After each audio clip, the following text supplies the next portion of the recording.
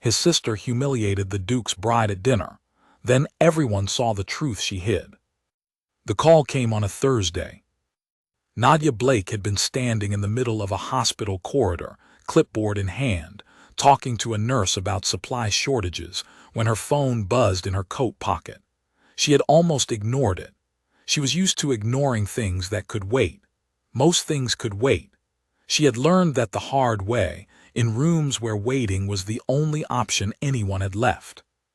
But she looked at the screen, and the name on it made her breath catch for just a second before she steadied herself and answered. "Sunday," said Duke Elliot Crane, not a question, a statement wrapped in the shape of one. "My family dinner, I want you to come." She had known this was coming. She had been waiting for it the way you wait for a season to change. You know it is going to happen. You know the air will shift. You just cannot know which morning you will step outside and feel it. "Sunday," she repeated. "My sister will be there." Those 4 words did more work than he probably intended.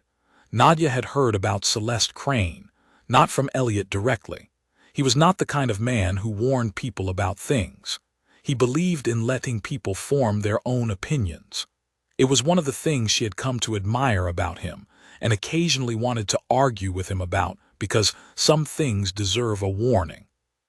She had heard about Celeste from other places. Small comments from people who had been around the family for years.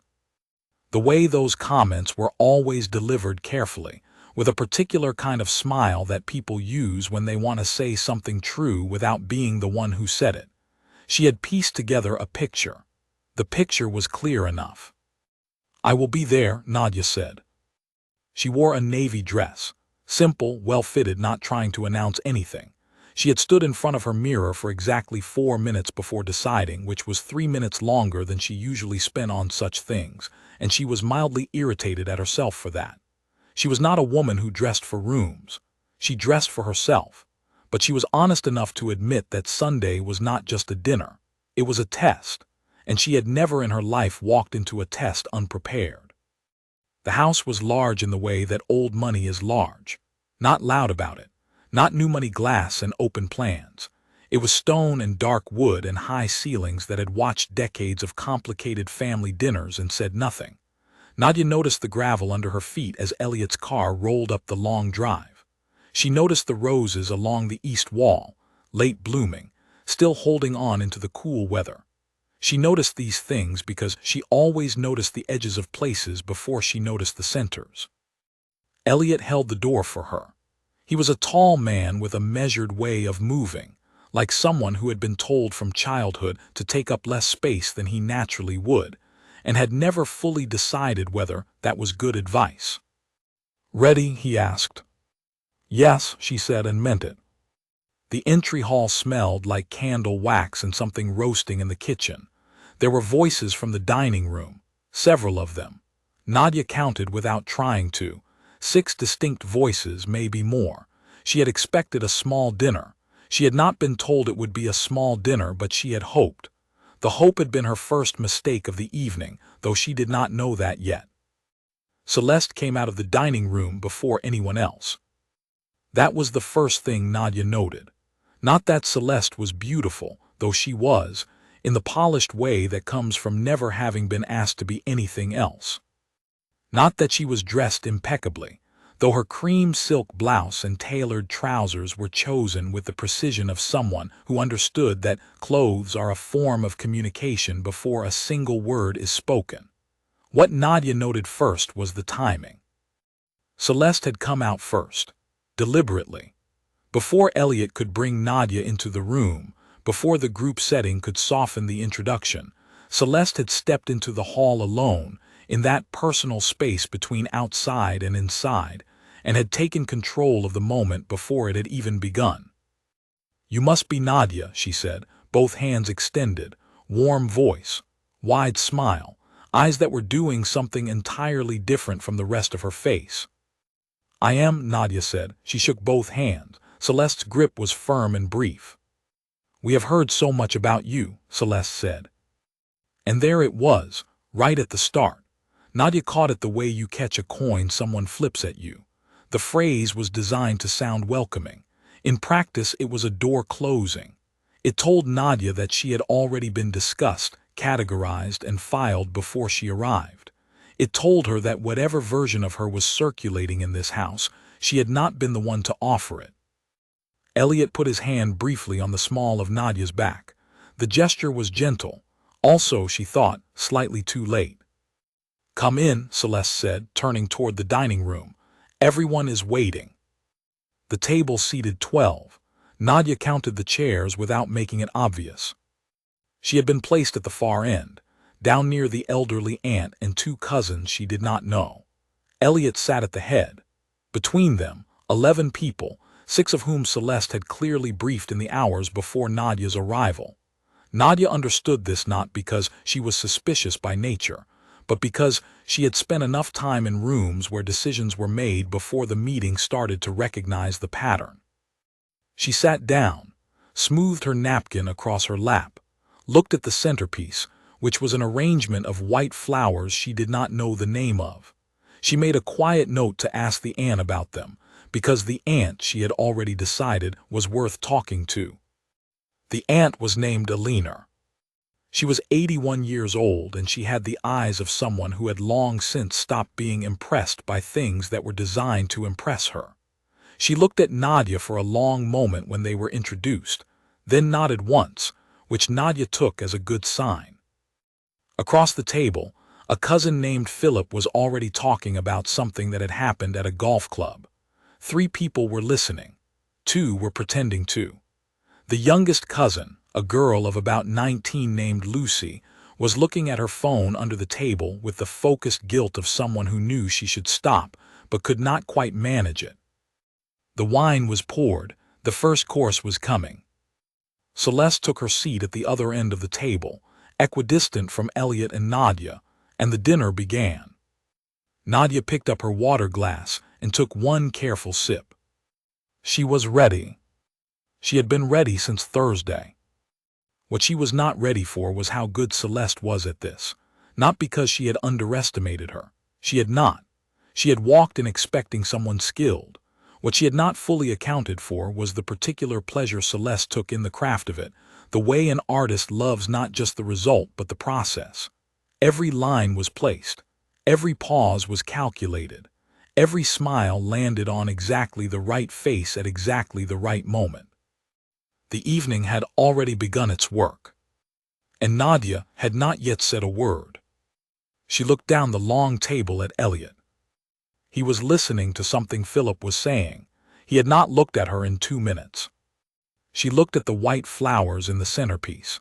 She still did not know what they were called. She decided that before this evening was over, she would find out. That small, quiet decision, made over a centerpiece at a table where she had already been made to feel like a guest in a room she had not been invited to, was the most accurate picture of who Nadia Blake was. Not the dress, not the firm handshake, not the careful posture.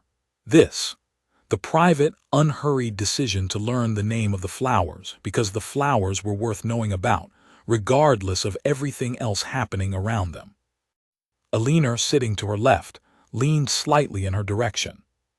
"They are called lisianthus," the old woman said quietly, nodding at the centerpiece. "Celeste orders them every time she wants to make an impression. She thinks they look expensive." Nadia looked at Alina. Alina looked back at her with those long-finished eyes. "Do they?" Nadia asked. "They are not expensive," Alina said, "but they photograph well." She picked up her own water glass, which is more or less the same thing these days. Nadia almost smiled. The soup arrived, and with it Celeste began. The wine came before the soup, which is the way things went in houses like this one, where every sequence had been decided long before the guests arrived. Celeste lifted her glass and turned it gently in the light. She did not drink from it immediately. She held it the way people hold things they want others to notice, and she said, addressing the table generally but angling herself slightly toward Nadia's end, "Does everyone know that the Montagny estate near Bordeaux had its best year in over a decade? We were there in the spring, Elliot, do you remember? The morning we walked the rows before breakfast. Elliot said he remembered. The table warmed to the memory. Philip said something about the south of France. One of the cousins mentioned a restaurant. The conversation settled into the easy rhythm of shared experience, the specific pleasure people take in remembering things together, in the presence of someone who was not there and cannot remember alongside them.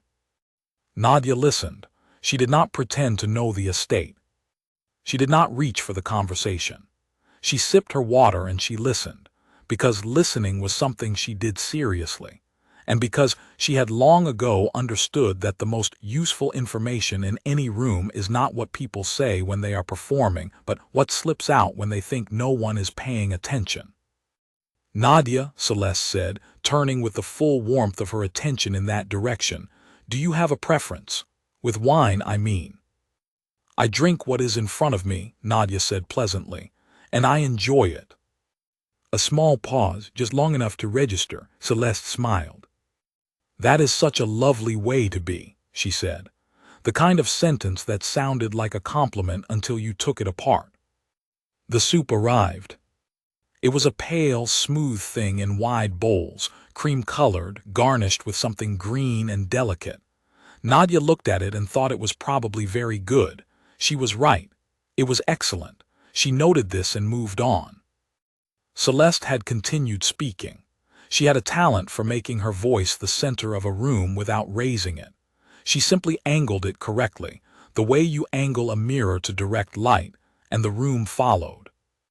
She was telling a story about a woman she knew, a friend of a friend, who had recently married into a different prominent family and found the adjustment difficult. The story was not cruel in any direct way. It was the kind of story that walks right up to cruelty and then turns at the last second and says it was just an anecdote. The message was clear, though, to anyone paying attention, and Nadia was paying attention to everything. The woman in the story had come from a quiet background. She had not known which fork to use at formal dinners. She had called Celeste's friend by the wrong name twice at an event and laughed it off, which Celeste described as charming but also, and here she tilted her head slightly, a little telling. Philip laughed. One of the cousins nodded sagely. Elliot's face did not change. Nadia ate her soup. It was during the pause between soup and the next course that Celeste made her first truly precise move. She looked at Nadia's dress, just a glance, the kind of glance that is designed to look like nothing. Then she said, while refilling her water from the pitcher at her end of the table, "That fabric is so brave on you, Nadia. I always admire women who wear navy. It takes confidence."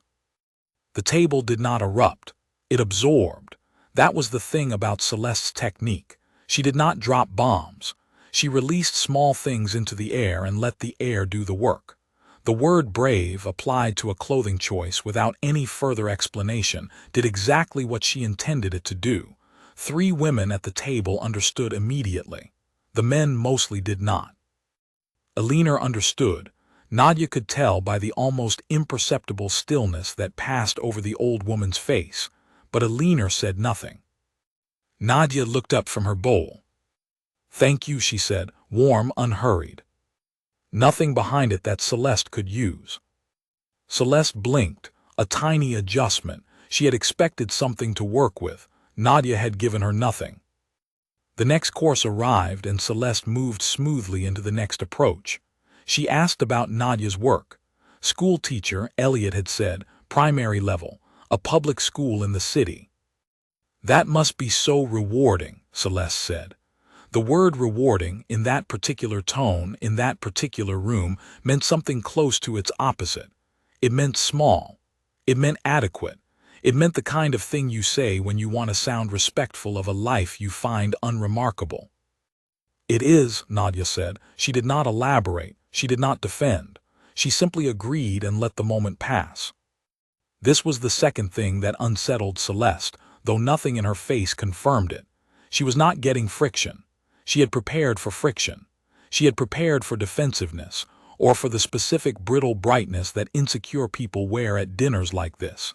She had not prepared for stillness. real stillness, not performed. The kind that comes from a woman who is not trying to prove anything to anyone at this table. Philip had launched into a story about an investment he was tracking, something to do with property development in the north of England, and the table's attention shifted toward him with the particular relief of people who needed somewhere safe to look. Nadia turned to him. She listened with real attention, which was her default and not a performance, and when he reached the end of his point and paused for air, she asked him one question. The question was about planning regulations in post-industrial zones. It was specific. It was informed. It landed in the middle of Philip's story like something solid, and Philip blinked at her for a moment before answering, because he had not expected to be answered on that level, and because the question revealed that she understood the subject in a way that did not fit the version of her that had been circulating in this room. Philip answered. Then he asked how she knew about that. She said she had done some work with a nonprofit that operated in those areas. He nodded slowly, recalibrating. Elena, to Nadia's left, said nothing, but Nadia noticed the old woman's hand move to her wine glass and hold it there, not drinking, just steady. The main course arrived. Elliot looked at Nadia from the head of the table, just once, a look she could not fully interpret, but that felt like something between apology and trust. She gave him nothing back, not coldly, just neutrally. She was busy. Celeste waited through the first portion of the main course before she made her most careful move of the evening. She brought up children. She did it gently. She brought it up in the context of another story about a cousin who had recently had twins, the difficulty of the first year, the particular joy and particular exhaustion of new parenthood. She spoke warmly about it. Then she let the conversation naturally arrive at the question she had been steering toward for several minutes. Nadia, she said, in the voice of genuine curiosity, do you think about that? A family of your own? The table did not go quiet. It continued. But certain faces went still in the way that faces go still when they are trying not to appear to be listening. Nadia looked at Celeste. She had known from the moment she walked through that door that this moment or something close to it was coming. She did not know exactly what shape it would take, but she had known. The thing about Celeste asking that question, with that warmth in that room, was that it was not really a question about children. It was a probe. A carefully placed instrument designed to find the hollow place and tap it, to see what sound it made. Nadia's eyes were steady. I think about a great many things, she said. She picked up her fork. Your mother's garden is beautiful. I noticed it from the drive. Those rose beds along the east wall, do they take much maintenance? The pivot was smooth enough that it took a full second for the table to follow. Elena followed first. She began talking about the rose beds, because she had known those rose beds for 60 years and she had opinions about them, and Nadia asked good follow-up questions, and the moment Celeste had been steering toward for 20 minutes simply dissolved into a conversation about gardening. Celeste sat with her fork in her hand, still smiling, but the smile was doing more work now than it had been doing at the beginning of the evening. Philip said something that made Lucy laugh. Wine was poured again at Elliot's end of the table. The main course continued. Nadia ate. She talked with Elena. She asked Lucy what she was studying and listened to the answer with the same full attention she had given Philip. And Lucy, who had been waiting all evening for someone to ask her something and mean it, talked for several minutes without stopping and looked startled and pleased when she finally noticed. Across the table, one of the cousins was watching Nadia with an expression she had not shown at the start of the evening. It was not exactly respect. It was more the look of someone updating a file. Celeste lifted her wine glass and drank from it for the first time in quite a while. The dessert was coming. And something was shifting at that table, the way weather shifts, below the level where you can quite name it, but present in the pressure of the air. In the way people were angling themselves slightly differently in their chairs, in the fact that Elena had, without anyone particularly noticing, turned most of her body toward Nadia and away from the rest of the table. Celeste noticed. She picked up her glass again, set it down without drinking. She was, Nadia thought, gifted. She had to be honest about that. She was watching a skilled person in the middle of their craft, and there was a part of her that recognized the skill even while standing at the receiving end of it. But skill in service of diminishment is still diminishment. And Nadia had not come to this table to be diminished. She had come because Elliot had asked her, because she had decided he was worth the complicated thing of meeting his family, because she was not a woman who avoided difficult rooms. She had spent years walking into the most difficult rooms that exist, and she had learned in them something that no dinner table could teach and no careful hostess could unlearn her. She had learned the difference between a wound and a performance of one. And she had learned, more importantly, what it looked like when someone was trying to hide something by making you look somewhere else. She looked down the table at Elliot again. This time he was already looking at her. She held his gaze for 2 seconds. Then she turned back to Alina and asked about the Lysianthus, and whether Celeste had always preferred white flowers or if that was something more recent. Alina looked at her for a moment. Then the old woman smiled. A real smile, the kind she apparently did not distribute carelessly. More recent, Alina said quietly. Nadia nodded. She filed that away with everything else she had collected since she walked through that door, the seating arrangement, the timing of Celeste's entrance, the word brave, the question about children, the way the room had breathed before she arrived and the way it had breathed after. She filed it all away and said nothing about any of it. Because some things, Nadia Blake had learned, do not need to be said. They only need to be known. The dessert arrived. It was very good. She finished every bite. She did not go to the bathroom to collect herself. That was the thing some people expected, watching her move through the second half of that dinner. They expected that at some point she would excuse herself, retreat to a private room, press her hands to the cold porcelain of a sink, look at herself in the mirror and breathe. They expected this because they knew what the evening had been. They had watched Celeste work. They had seen the precision of it, the word brave, the wine story, the question about children. They had been close enough to feel the temperature of it. But Nadia did not go to the bathroom. She stayed at the table. She ate her dessert. She continued talking with Alina about roses and about a particular kind of soil treatment that kept the late blooms going past their usual season. And Alina gave her information about this with the thoroughness of someone who had kept those roses alive through 3 decades of difficult winters and was not about to summarize. The thing about Nadia Blake, the thing that even the people who were watching her most carefully that evening could not quite access, was that she had spent 4 years working inside a hospital. Not as a doctor, not as a nurse. She had come in through a different door, the volunteer coordination department, which was the part of a hospital that most people did not think about until they needed it.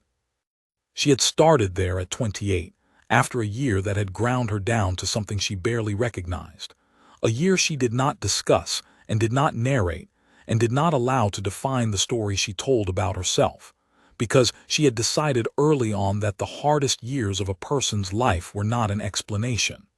They were just something that happened, and then you got up and found somewhere to put your hands to use. She had put her hands to use in that hospital. She had organized volunteer rosters and bereavement programs and family support groups. She had sat in waiting rooms with people who were waiting for news that could go either way, and she had learned to be still in those rooms, to hold the stillness like something physical, to not fill silence with reassurance that was not hers to offer. She had delivered news that broke people and stayed in the room while the breaking happened. She had seen what real pain looked like, not the performed version, not the social version, but the kind that gets into the body and changes the way a person stands. After 4 years of that, Celeste Crane's dinner table was uncomfortable, but it was not a hard room. Nadia knew hard rooms. This was a room where a skilled woman with a particular kind of insecurity had arranged the furniture, literal and social, to make someone feel like a visitor. That was all. The moves were precise, and they were mean in the quiet way that certain meanness is, the kind that never leaves a mark anyone can point to, but they were not the hardest thing Nadia had faced in a room. They were not close. This was the thing she could not explain to Elliot if he asked, and she was not sure yet whether he would ask. It was not that she was immune to it. She had felt the dress comment land. She had felt the children question reach for something. She was not made of stone, and she was not performing indifference. She was doing something different. She was choosing, deliberately and in real time, what to let through and what to keep outside. She had learned this the way most people learn the things that actually sustain them, not from a book or from advice, but from being in rooms where the alternative was to fall apart, and deciding not to fall apart, and then doing that enough times that it became something she could do even when she was not deciding to. Philip, 2 seats down from Alina, was now talking about the planning regulations she had asked him about earlier. He had gotten interested in his own subject again, and was going into more detail than he had at first, which she did not mind, because the detail was genuinely useful, and she had a colleague who was trying to navigate exactly that kind of regulatory issue for a project in the north. She listened and made a mental note about a specific council she had not heard of before. This was another thing about Nadia that the table had not accounted for. She did not attend events to be seen at them. She attended them because they were full of people, and people were always full of information, and some of that information would be useful to someone she knew, and connecting those things was something she did as automatically as breathing. It was not strategic. It was just how her mind worked. Lucy, the 19-year-old cousin, had completely abandoned the phone under the table. She was talking, and had been talking for several minutes, about a research project she was working on in her first year of university, something about environmental policy and water access in rural areas, and she was talking about it with the particular energy of someone who had not been asked about their actual interests in quite some time. Nadia had asked, and she had asked follow-up questions that were not polite filler but real responses to what Lucy was actually saying. Lucy was bright. Nadia had picked that up inside 2 minutes. The phone was not boredom. It was the specific retreat of a smart person sitting in a room where they did not feel like their intelligence was welcome. Nadia recognized that retreat. She had seen it in hospital waiting rooms too, young people folding themselves down, making themselves smaller than they were, because the room had not yet told them they were allowed to be full-sized. "Have you spoken to Dr. Adami's research group?" Nadia asked her. "They published a paper last year on rural water governance in post-industrial regions, very close to what you are describing." Lucy blinked. I did not know about that paper." "I can send you the citation," Nadia said, "if you give me your email."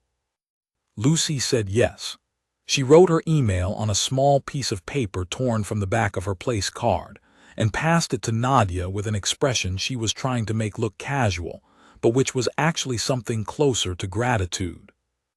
Alina watched this exchange. She said nothing, but she watched it.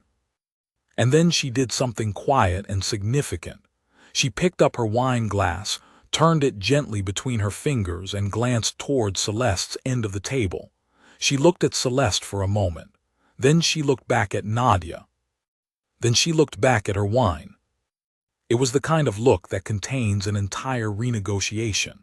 Alina had come to this dinner, as she came to all of these dinners, with a position already formed, a position shaped by the years she had spent in this family, by her knowledge of Celeste's patterns, by the particular weight of loyalty that comes from watching a family from the inside for decades. She had not been hostile to Nadia, but she had not been open either, not fully, not in the way she was now. Something had shifted. Nadia did not draw attention to it. She continued talking with Lucy, and then she turned back to Alina and asked a question about the rose beds in autumn specifically, because she was genuinely curious. At the head of the table, Elliot was mostly quiet. This was his particular difficulty. He was not a man who did not notice things. He noticed a great deal. He had noticed the seating arrangement, which Celeste had managed before he could review it. He had noticed the Bordeaux story, aimed with precision at the gap between Nadia's life and the family's. He had noticed the dress comment, and he had felt something tighten in him when he heard it, something that was close to anger but was also mixed with a kind of helpless resignation that he was not proud of. He knew his sister. He had known her for 32 years. He knew the specific way she moved through a room she was trying to control, the way a conductor knows their own technique, because he had watched her do it since they were children, and he had spent most of those years not knowing what to do about it. She was brilliant in some ways and difficult in others, and the brilliant and the difficult were so closely wound together that untangling them sometimes felt impossible. He had brought Nadia here because he wanted her here, because he had decided, several months ago, in a quiet and deliberate way that matched how he made most decisions, that Nadia was someone he wanted in his life fully, not in the half-present, carefully managed way he had allowed other relationships to occupy. He had decided she deserved to be introduced, to be brought in. He had not prepared her well enough. He acknowledged this privately, watching her from the head of the table, watching the way she handled each of Celeste's moves with a composure that was not armor but something more interesting, something that looked like a person who was simply too anchored to be moved. He wanted to say something. He had wanted to say something several times during the evening, but each time he had measured the distance between his end of the table and hers, and calculated what words across 11 people would do, and each time he had decided they would do nothing useful. They would only interrupt something Nadia seemed, inexplicably, to have well in hand. He did not fully understand how she had it in hand. He would ask her about that, later, in the car. For now he watched. And he noticed, around the time the dessert was cleared and the table began the slow drift toward coffee, that Philip was leaning slightly toward Nadia's end of the table, that Lucy had not looked at her phone in 45 minutes, that Alina, who arrived at family dinners and settled into her chair like a woman who had already decided how she felt about everything and was simply fulfilling the obligation of attendance, was engaged in a way she had not been at one of these dinners in a long time. He noticed all of this. And then he noticed Celeste. She was still beautiful and still composed, and her smile was exactly where it needed to be. But he had known her for 32 years, and there was something behind her eyes that he recognized. She was recalculating. The coffee was poured and the table began to loosen, the way tables do when the formal structure of a meal gives way to something more scattered and conversational, people turning to their neighbors, side conversations starting, the organized grid of a dinner becoming something closer to a room of individuals. It was during this loosening that Philip said the thing he did not know he was about to say. He had circled back to the subject of his investment project, as Philip reliably circled back to things he was interested in. He was speaking generally to the table, about a property development that had stalled for 2 years because of a funding shortfall, and about a fundraising push that had happened in the surrounding community to keep a particular building from being demolished, a building that had some historical significance that the planning department had not fully accounted for. There was a charity event, he said, 2 years ago, I think, or 3. Someone organized it locally, raised a significant amount in a very short period. I remember reading about it because the figure was quite unusual for something at that scale. No major donors, mostly small contributions, but an enormous number of them, very efficient coordination. He was not looking at Nadia when he said this. He was looking at Elliot, because he was making a general point, using this as an example of grassroots organizing working unexpectedly well. I tried to find out who ran it, Philip continued. The organizing body, it was some non-profit, I think. The name did not ring a bell, very low profile, strange for something that size. He paused, sipped his coffee. I never found out who was behind it, he said, just that it worked. Alina had her phone in her hand. She had had it in her hand for the last several minutes, but she had been doing something specific on it, not scrolling, reading. She had been reading something that had taken her from mild interest to a fixed, focused attention, and Nadia, sitting to her left, had noticed this shift without making it the subject of her own attention. Alina set the phone on the table, face up. She looked at it for a moment. Then she looked at Nadia. You organized the dedication for the Miriam wing, she said. She did not say it loudly. She said it the way you say something when you have just confirmed what you already suspected and are making sure the confirmation is correct. The table, which had been in its scattered post-dinner conversations, did not go completely quiet, but the people closest to Alina's end did. Philip stopped mid-sentence. Lucy, who had been talking to one of the other cousins, turned. Nadia set down her coffee cup. Yes, she said. That was all she said. It was enough. The Miriam wing. The name sat in the middle of that table and did the work of years in a few seconds. The Miriam wing was a new section of a hospital, a specialist research and treatment facility that had been named for the late Duchess Miriam Crane, Elliot's mother, who had died of a rare illness 6 years ago. The wing had opened 8 months earlier, after 5 years of fundraising. It was the kind of project that large, established charitable foundations typically handled. The kind of thing that required connections, resources, a network of significant donors. The kind of thing that did not, in the ordinary understanding of such things, get organized by a quiet schoolteacher from a city no one at this table had thought to locate on a map. What had not been widely publicized, what had not been attached to any name in the press coverage of the opening, was that the final and most substantial phase of the fundraising, the portion that had taken it from viable to complete, had been coordinated by a small nonprofit whose public profile was almost non-existent. A nonprofit that operated specifically in underserved communities, that partnered with local organizations and hospitals, that had, through a series of community-level fundraising events, pulled together a sum of money that the hospital's development office had called frankly astonishing, considering the scale. The nonprofit did not seek attention. It had never sought it. It operated on the principle that the work was the point, not the recognition of the work. Its name did not appear in most of the coverage. The woman who had founded and run it for 6 years had not attended the opening ceremony. She had sent 2 of her volunteers in her place, because she had a coordination meeting that morning that she did not feel she could reschedule. Philip looked at Nadia. His expression was doing the slow, visible work of revision. That was you, he said. Some of it, Nadia said. She picked up her coffee again. The nonprofit, the local campaign.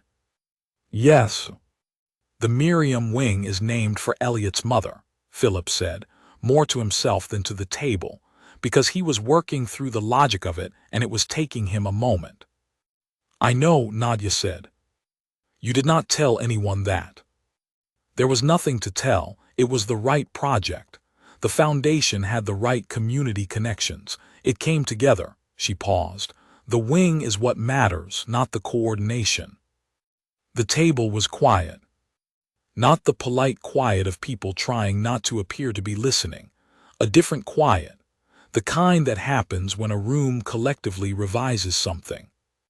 Alina picked up her phone and set it face down. She had seen what she needed to see. She folded her hands on the table in front of her and looked at Nadia with an expression that had moved beyond the careful neutrality of earlier in the evening into something more direct. She did not say anything. She did not need to. Across the table, one of the cousins, a woman named Diane who had said very little all evening and who had been positioned near Celeste's end, and had laughed at the right moments during Celeste's anecdotes, was looking at her coffee cup with the focused attention of someone who did not want to be caught looking anywhere else. Philip said, "The opening was 8 months ago. You were not there." "I had a meeting," Nadia said simply. Philip looked at Elliot. Elliot was looking at Nadia. His expression was not easy to read.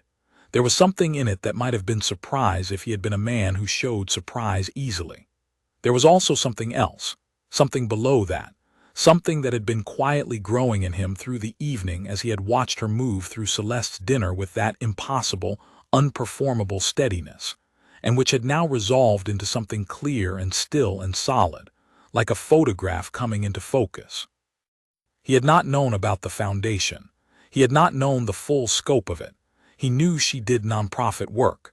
She had mentioned it simply in the early months of their relationship, the way she mentioned most things once without elaboration and then moved on. He had not pushed. He was not a man who pushed. He respected the pace at which people disclosed themselves.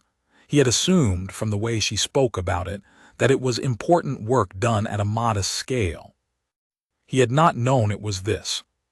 He looked at her, and she looked back at him, and the 11 people between them were very still. And then Celeste said something.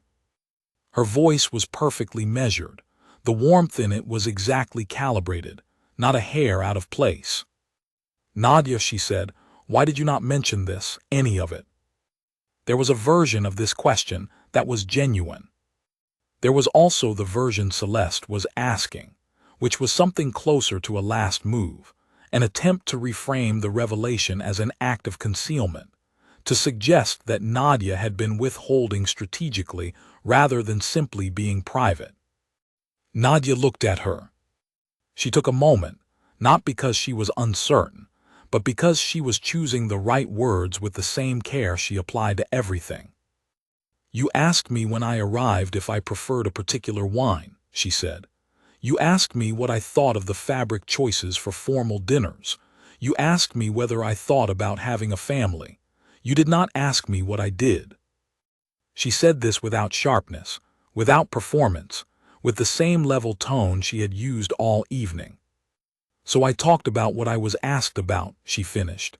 "That is just good manners." The room did not applaud.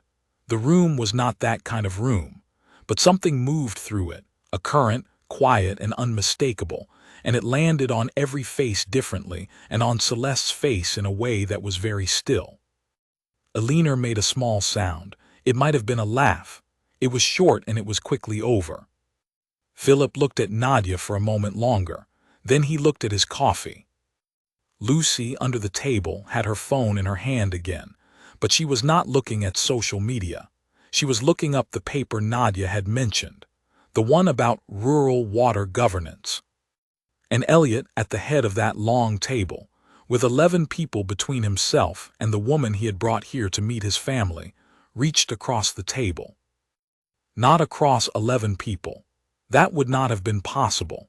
But he extended his hand in her direction, and the gesture was visible to everyone, and it was clear and unambiguous, and it said what he had not said all evening, what he probably should have said sooner, what she probably had not needed him to say but which he felt the need to say anyway. Nadia looked at his hand. She looked at him. Then she picked up her coffee cup, held it in both hands and looked at Elena. "Tell me about the winter care for the rose beds," she said. "You mentioned a treatment in spring. What do you do in October?" Elena told her. Celeste's coffee cup sat untouched. It was getting cold. She did not look at it. She looked at the table, at the centerpiece, at the lisianthus flowers that she had ordered because they were beautiful and because they photographed well. At the far end of the table, Elena was talking about roses, and Nadia was listening with her full attention, and Lucy was reading a research paper, and Philip was very quiet, and Diane was still looking at her coffee cup, and Elliot had his hand flat on the tablecloth, not extended anymore, just resting there open. Celeste sat with all of it. She did not let it show. She was, as she had always been, too skilled for that. But she held her phone for the rest of the evening without looking at it, and when the table finally moved toward goodbyes, She stood at the right moment and said the right things and kissed cheeks and held hands the right way. And no one watching would have known that something inside that very composed, very capable woman was working very hard to process what had happened in this room tonight. What had happened was not a confrontation. There had been no raised voices, no accusations, no dramatic reversal or public embarrassment. What had happened was simpler and harder than that. Someone had sat at her table, absorbed everything she had aimed at them, and not moved. And in not moving, had made every move look like what it was. That was all. That was enough. The goodbyes took 20 minutes. They always did in this house. There was a particular choreography to the ending of a Crane family dinner, the sequence of departures, the coats retrieved from the hall, the conversations that continued for 10 minutes past the point of actually leaving, the aunt who needed to be seen to her car, the cousins who stalled in the entry hall retelling the high point of the evening to each other as if they had not all been present for it. Nadia moved through this choreography with the same steadiness she had moved through everything else. She said goodbye to Lucy and reminded her about the research paper. She told Philip it had been a pleasure. She thanked the cousins for the conversation without specifying which conversation. She held Elinor's hands for a moment when they said goodbye, and Elinor held hers back with the firm grip of someone who was communicating something that did not need words. "Come back," Elinor said just that. "I would like that," Nadia said.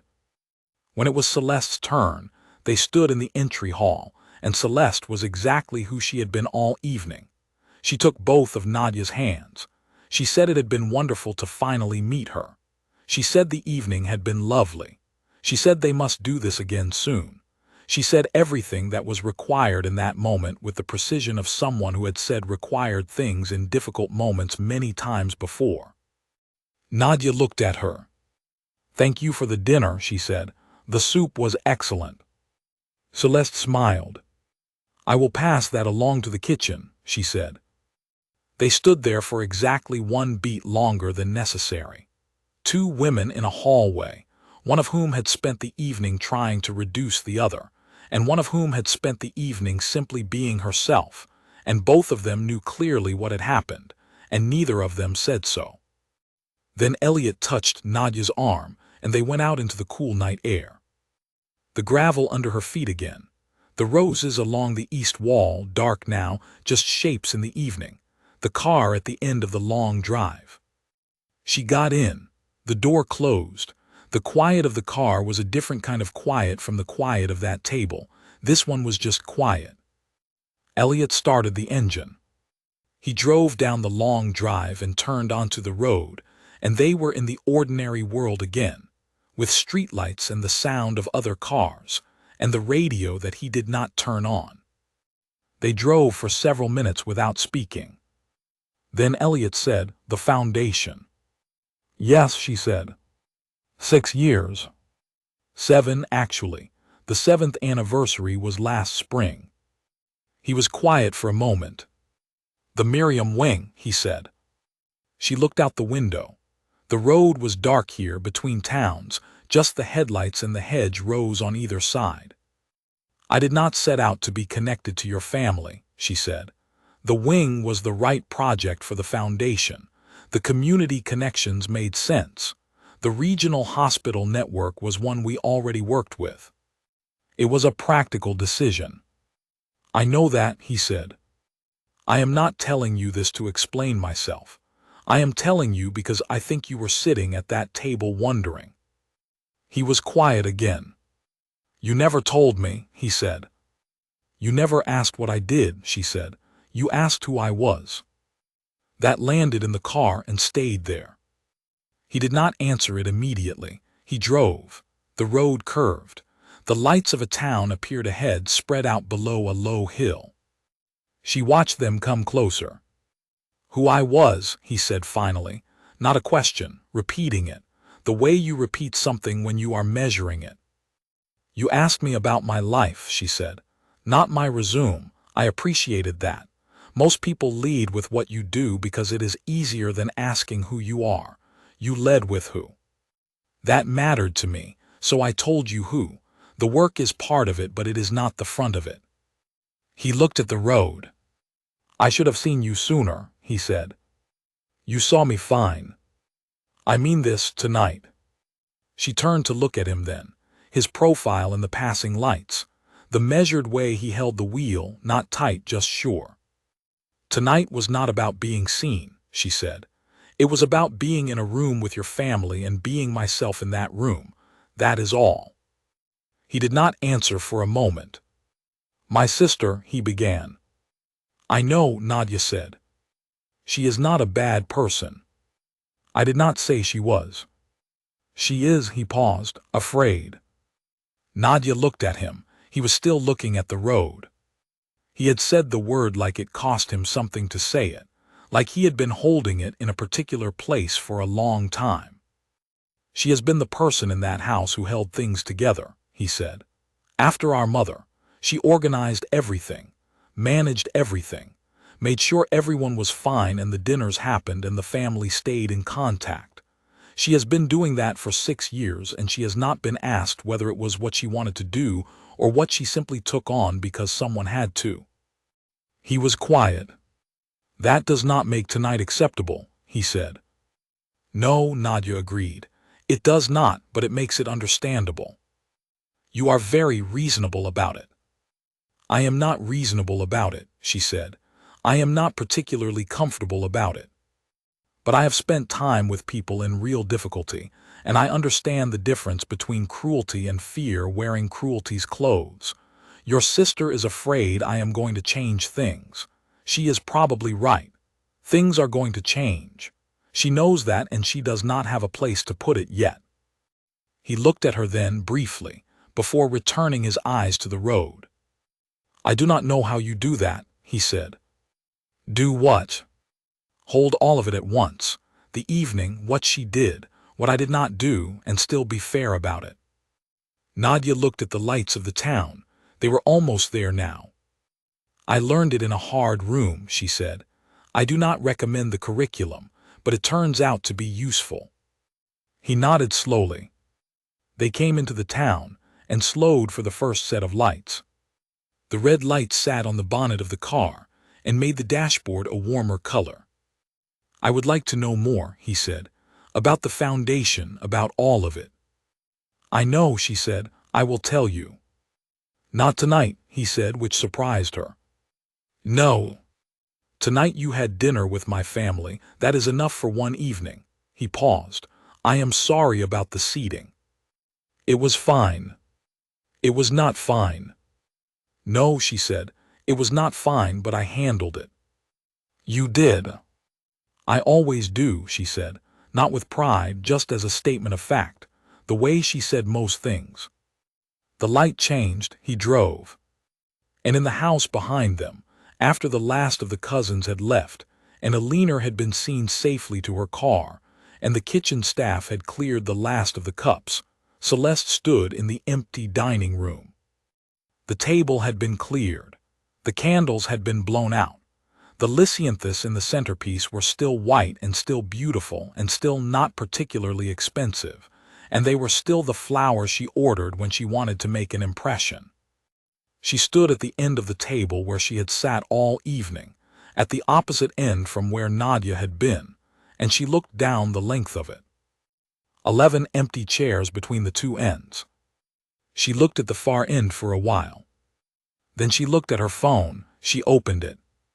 She went to her contacts, and she scrolled, and she found a name she had not called in 3 years, a name that was connected to a conversation she had not allowed herself to have, about what her life looked like now that her mother was gone, and her brother was building something without her, and she was running dinners in a house that was starting to feel like a responsibility she had inherited rather than a home she had chosen. The name was not a therapist's name, though it perhaps should have been. It was her oldest friend, a woman named Caroline, who had moved to Edinburgh 4 years ago, and with whom Celeste had slowly, painfully, without quite intending to, lost contact, who had tried twice to re-establish it, and who had been met with the warm, managed, careful distance that Celeste deployed when things were too close. She held the phone for a long time. Outside, the roses along the east wall were dark. The gravel of the long drive was still. The house was quiet in the way it was always quiet after these dinners, that specific, particular quiet of a space that has held a great deal for a few hours and is now empty. Celeste stood in the middle of it. She thought about the way Eleanor had folded her hands on the table, the way Philip had stopped talking, the way Lucy had not looked at her phone, the way Elliot had extended his hand down the length of the table, and the way Nadia had not reached for it, but had simply looked at him, and then at Eleanor, and asked about the roses. She thought about the soup, which had been excellent. She had been glad at least that the soup was excellent. She opened the contact. She pressed call. It rang 3 times. 4. She was beginning to think it would go to voicemail, which would have been easier in some ways and harder in others, when the line opened. "Celeste," said Caroline, surprised, alert, not cold despite everything. Celeste stood in her empty dining room, with the lisianthus in the centerpiece, and the 11 chairs no one was sitting in. "Hello," she said. Her voice was exactly steady. She was always steady. But she had called. That was the thing. For the first time in 3 years she had picked up the phone and called, and on the other end of the line, Caroline was saying, "Hello, are you there? Is everything all right?" with the specific concerned warmth of an old friend who has been waiting for a call without knowing they were waiting. "I am here," Celeste said. "Yes, I am all right." She walked to the window, looked out at the dark garden, the shapes of the rose beds along the east wall. "I just had a bit of a long evening," she said, "and I thought I would call." "I am glad you called," Caroline said. Celeste looked at the roses. "Tell me about Edinburgh," she said. And she listened. The lisianthus stood white and still in the dark room behind her. They photographed well. But they were not, as it turned out, the most lasting thing in the room that night. The most lasting thing was something that had sat at the far end of a long table for 3 hours, eaten good soup, asked about garden roses, and gone home knowing exactly who she was. Celeste listened to Caroline talk about Edinburgh. Outside, the late roses held on in the dark, past their usual season, still blooming, the way things bloom when the soil has been properly tended and the roots have had time to go deep. She would need to learn, she thought, how to do that. Not the roses. The roots.